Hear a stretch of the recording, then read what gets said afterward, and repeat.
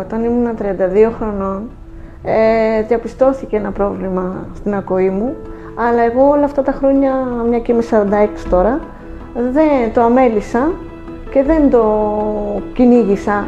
Είχα άλλες προτεραιότητες, μεγαλώνα τα παιδιά μου, πάντα είχα κάτι πιο μπροστά, πιο σημαντικό. Έτσι το θεώρησα εγώ στη ζωή μου. Και πριν λίγους μήνες είδα μια διαφήμιση, να το λέω, που από τα ακουστικά και ήρθα να δω τι γίνεται, γιατί τελικά παίζει, όλο και χειρότερο γινόταν αυτό. Εδώ διαπιστώθηκε ότι όντως έχω σοβαρό πρόβλημα και από εκεί και πέρα βγήκαν να πρέπει να βάλω ακουστικά που θα αλλάξει τη ζωή μου. Θα αλλάξει γιατί θα μπορώ πλέον να έχω πολλές δραστηριότητες και να μπορώ να έχω επαφές με τον κόσμο.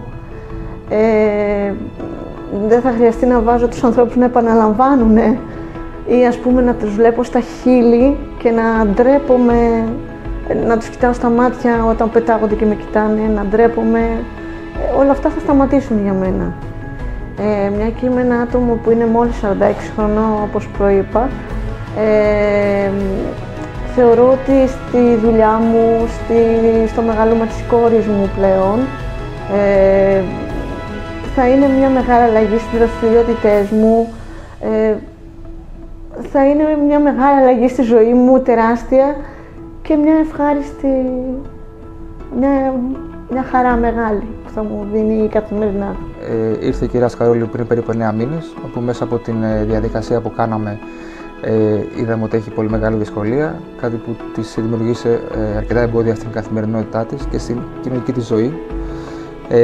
Την ενημέρωσα για την Παγκόσμια Εκστρατεία για Καλύτερη Ακοή που τρέχει Acústica Medica, οπότε την εντάξαμε στην εκστρατεία αυτή με σκοπό να μπορέσουμε να την βοηθήσουμε και είμαι πολύ χαρούμενος που μετά από την διαδικασία που έκανε η Επιτροπή την επέλεξε για να τη βοηθήσουμε, γιατί είχα δει μέσα από τη διαδικασία πόσο πραγματικά την δυσκόλευε η δυσκολία που είχε στην καθημερινότητά της. Είμαι πάρα πολύ χαρούμενος που μέσα από την δωρεά αυτή που κατάφερε και έκανε η Acústica Medica θα μπορέσει πάλι η κυρία Σκαρούλη να έχει την ποιότητα ζωής που της αξίζει με την οικογένειά της.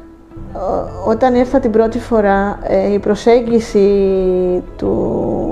των μελών εδώ πέρα της Acústica Medica στο Γαλάτσι ήταν πάρα πολύ φιλική, ανθρώπινη και με έκαναν και εμένα να αισθανθώ ωραία, να αισθανθώ άνετα, και μόλις διαπιστώθηκε και μου τοποθετήσαν πρώτη φορά ακουστικό, ήταν κάτι το ασύλληπτο για μένα και το συνιστώ σε όλους να έρθουν χωρίς καμία επιφύλαξη σε όποιο κέντρο Acústica Medica έχετε δίπλα σας, να τρέξετε, να πάτε, γιατί είναι κάτι το ασύλληπτο απλώς.